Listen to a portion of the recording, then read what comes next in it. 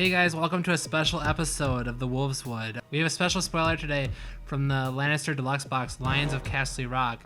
Two Stark spoilers we're going to talk about today. And with me I have, as always, Cameron. Hello Ryan, how are you? Pretty good. I'm excited to reveal. One of these Stark cards have been spoiled already. We're going to talk about a new unique character though. Yes. I think we should get right into it because that's what everyone wants. Let's do it. I'm excited. It's the Queen of the North, Jeyne Westerling. She's a 3-cost unique Stark character with an intrigue and power icon, 1 strength, Lady and Queen traded. I think we only have 2 other queens in the game right now. And she has an action.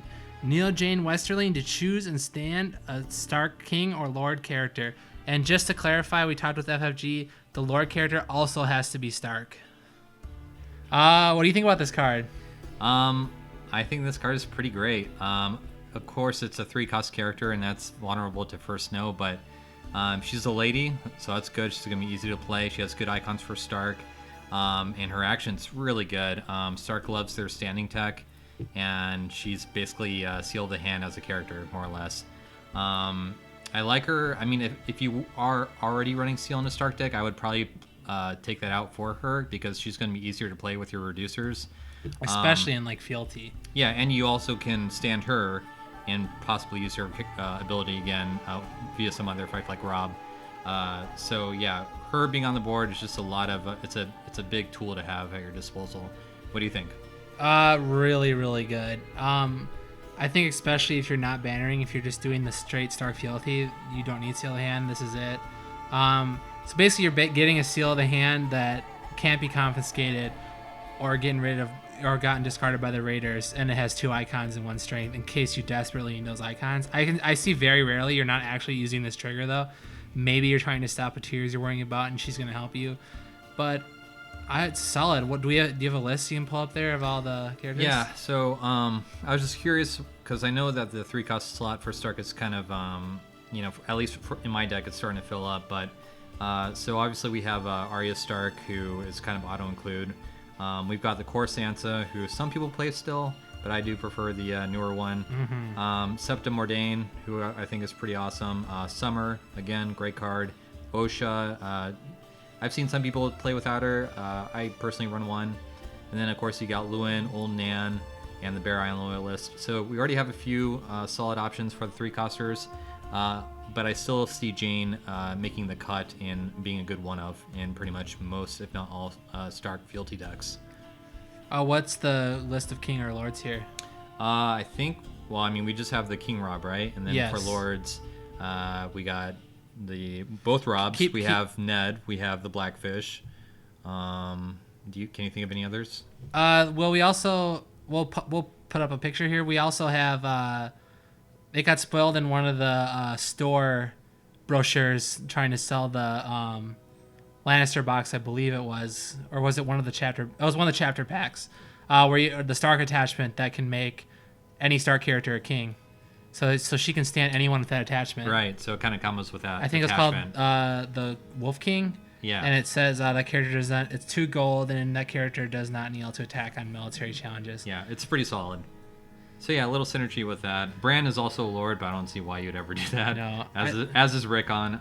You really right now you're going to be looking at Rob, the Blackfish, and Eddard.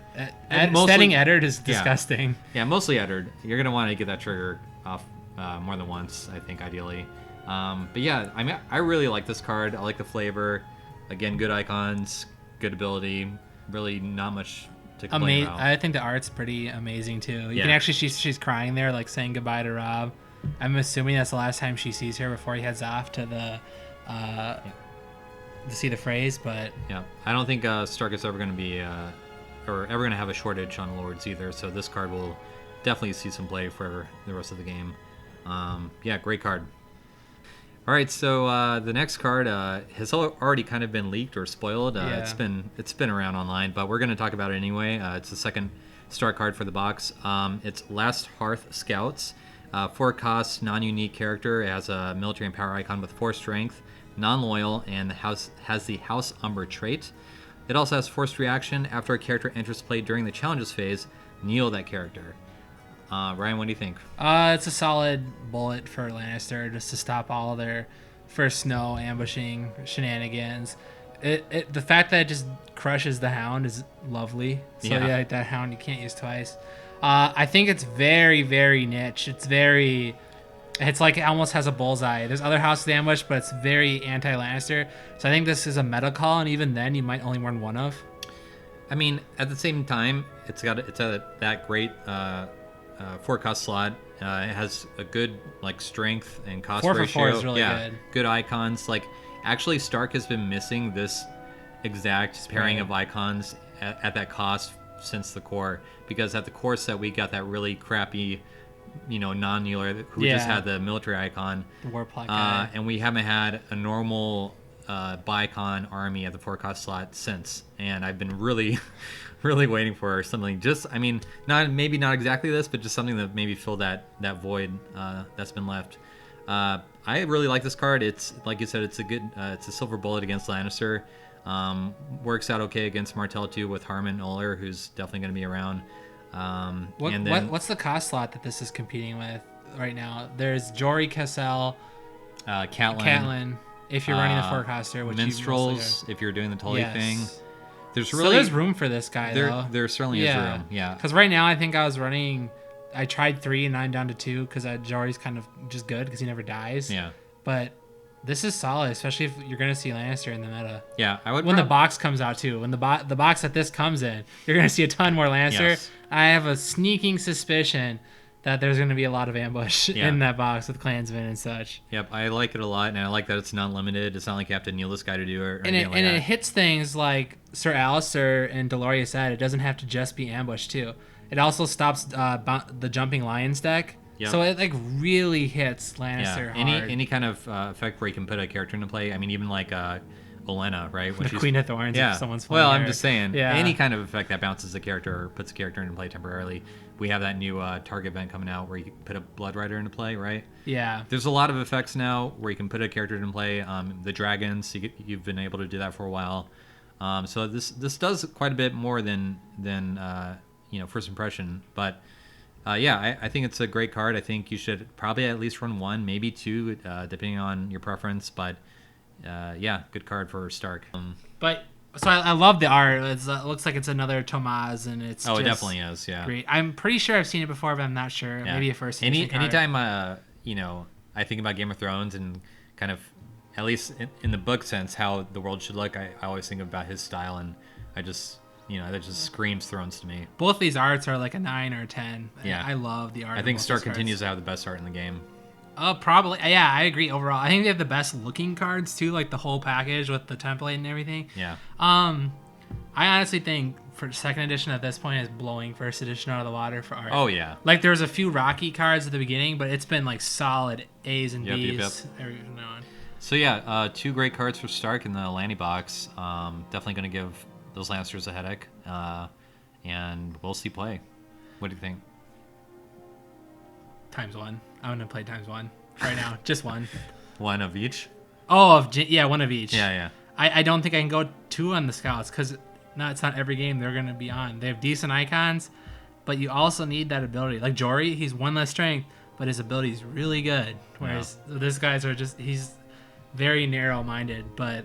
Again, I think it's worth a ×1, even if it was just blank. I would maybe play ×1 to this card. Just a blank army, yeah. Not army either. I was surprised. Oh yeah, sorry. When I look at this card, like an army, I think it's an army constantly, but it is not an army.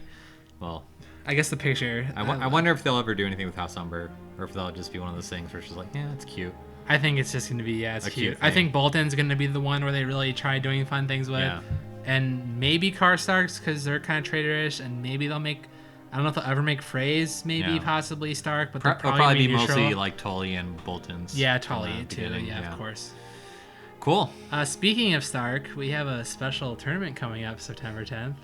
The King in the North. Yeah. Are you excited for that? It's kind of a big deal. Are you going to be competing? That's what I've been wondering. Of course. You're going to try to earn that title? I mean, I'll try to help you out with running things, but yeah, I'm going to give it a shot. So if you guys are anywhere in the area, even if you're not in Minnesota, please feel free to make the drive. We have tons of participation prizes, and the tournament's free.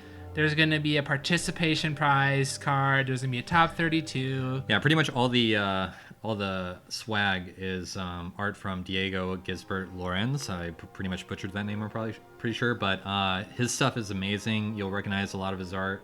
Yeah, feel free to check out the tournament, Ryan, if you want to maybe add a link in the I'll video. put a link in the description. I'll put a few pictures up right now so you can see all the cool prizes. Yeah. But please come to that. We're hoping this is our biggest tournament of the year. It's kind of like a Minnesota Championship tournament run by the Meta. And we're going to be doing it annually, so, expect it. And our other big tournament coming up is the Tuesday before Worlds, November 1st. It's going to be a pre-Worlds tournament. This is our second annual one. Again, everyone's welcome. Free prizes if you're coming in a day early. It'd be great if you showed up and met some people from all over the world. It'd be pretty fun. Yeah, if you're not staying for the weekend, which it seems like a lot of people maybe aren't, maybe think about coming on that Tuesday and getting a game or two in, and just meeting some Thrones players. Yeah, it's a pretty casual tournament. Yeah, it'll be a good time for sure. Last year was a lot of fun. So if you guys are interested in either one of these events, I'll put the links in the description. Make sure you just mark your attendance so we can be prepared for how many people are coming. There's still a lot of maybes. There's a lot of comings, but there's a lot of goings, but there's a lot of maybes still. So we need to figure out the number there. Prizes have been ordered, but it'd be nice to be prepared to know if we need more than one judge. Yeah, we don't want to short anyone, on prizes. So we'll do our best.